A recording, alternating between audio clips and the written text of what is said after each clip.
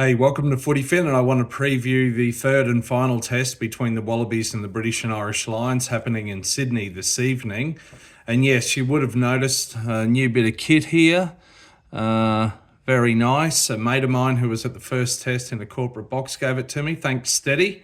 Good on you, mate. I like this. Wallaby in Australian Aboriginal art on the scarf. Very good. Anyway, so I want to focus on the two lineups. There's been a lot of changes in the Wallabies in particular, just two or three in the Lions. And it's very interesting now. It's been a bit of a roller coaster of a week, particularly for Wallabies fans. Still some big question marks over the end of last week's game, but we've moved on, and it's fascinating now to see what will play out here. Have the Lions actually relaxed in their own minds, at least, having tied up the Tom Richards Cup? On the other hand, we are seeing in the media that they're going for a 3-0 series win. The last Lions to go unbeaten in tests in Australia were in 1966, 2 tests. They beat the Wallabies in. Then they went to New Zealand and lost all 4, incidentally. So anyway, it's going to be fascinating to see how it plays out tonight and which team will be more motivated, more up for it. As I've said, let's look at the Wallabies. A lot of changes, most of them injury enforced. So it's really a relatively depleted Wallabies team, I would say. In what particularly hurts as a Wallabies fan are losses of Rob Valentini and Alan Alatoa in the forward pack. Both have succumbed to injuries, sadly. If I were a Wallabies selector and those two men were fit, they were almost the first two I would pick in the forward pack. Probably followed thirdly by Fraser McWright. So a massive loss, both of those. And the Wallabies pack is probably going to be weaker for it. Certainly the go forward will be. Harry Potter's out injured, as we know.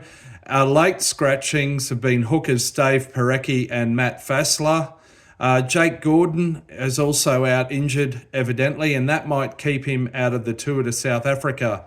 Let's not forget the Wallabies face South Africa Springboks in Johannesburg in just 2 weeks' time.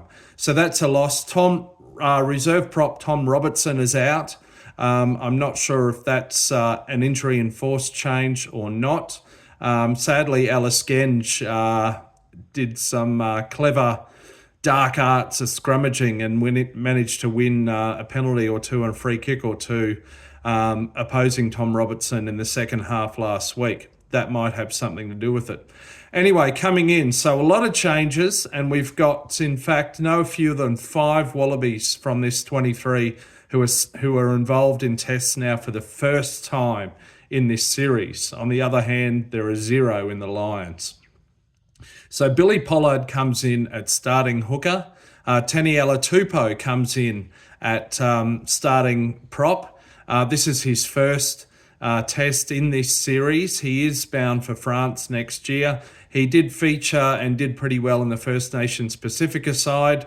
So hopefully he'll be motivated to play his final test at home for the Wallabies before heading off to France. Tom Hooper at number 6 comes back in. He was involved off the bench in game 1. For reasons not fully clear to me, he wasn't involved in game 2. I think he'll do well there. Nick White comes in at 9, starting scrum half. He hasn't been involved in this series thus far. At 35 years of age, this will be his last test for the Wallabies on home soil. It was to be his last test, full stop, but I hear that he will be involved in the tour to South Africa now, given the injury to Jake Gordon. He will retire at the end of the year after playing for the Force in the Super Rugby AU season.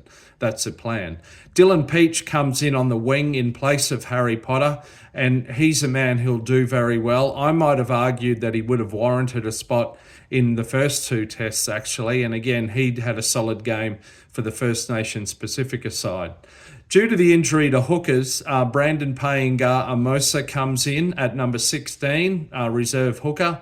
I think he'll do well. Obviously, for both hookers, line out accuracy is key, amongst other things, including go forward and just general grunt and oomph, and a hard edge.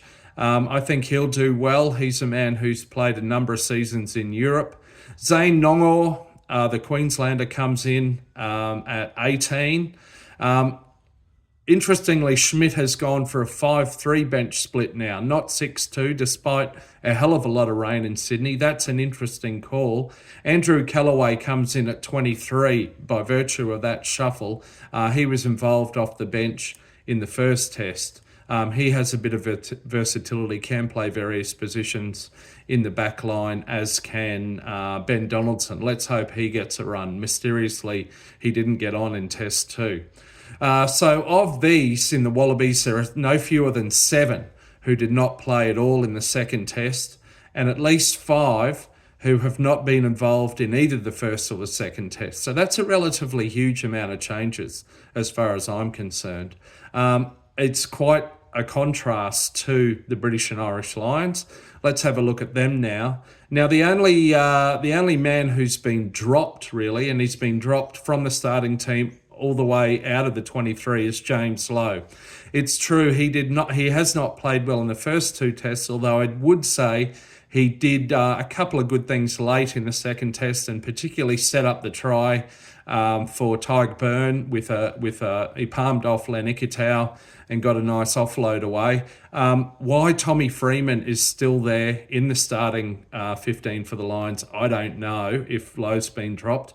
Tommy Freeman's been a passenger, I would say the premium passenger in the Lions in the first 2 tests. He seems to be favoured for some reason. Mac Hansen, I would have made a claim to put Aussie Mac in the 23 for the starting third test. Anyway, in comes James Ryan, elevated off the bench to start in the second row in the lock position next to Itoje, and Blair Kinghorn comes off the bench to start at the wing in Ryan's place. In terms of the bench, so for James Ryan, it's just a straight swap for Ollie Chessum. Chessum comes back to the bench. Ben Earl comes in. He played in the first test. Who could forget the human hurdle who basically tripped Sua'ali'i? He's come back in because, as I said, Farrell has gone for a 6-2 bench split, probably linked to the high amount of rain that's been happening and forecast to continue to happen today in Sydney.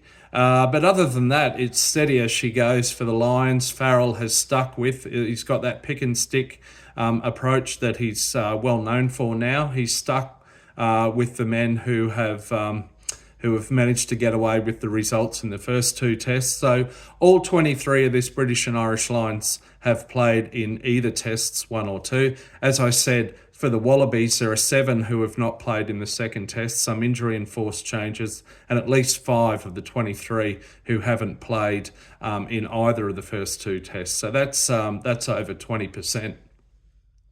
Big change.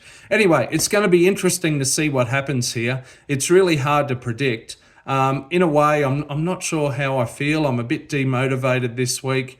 Looking ahead to the Springboks in 2 weeks, tour of South Africa, 2 matches. But obviously, as a Wallabies fan, I'd rather see the Wallabies win. So let's hope, us Australians and probably others in the Southern Hemisphere, hope that can happen. Anyway, bring it on. It should be a good game. Let's hope, as I said, this is what I said before the first test.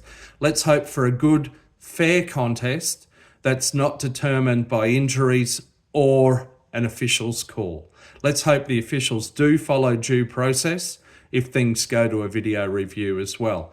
Anyway, bring it on. I'm going to go and find a rolling maul to stick my head into. Let's hope for a good test tonight and a good contest. May the best team win. See ya.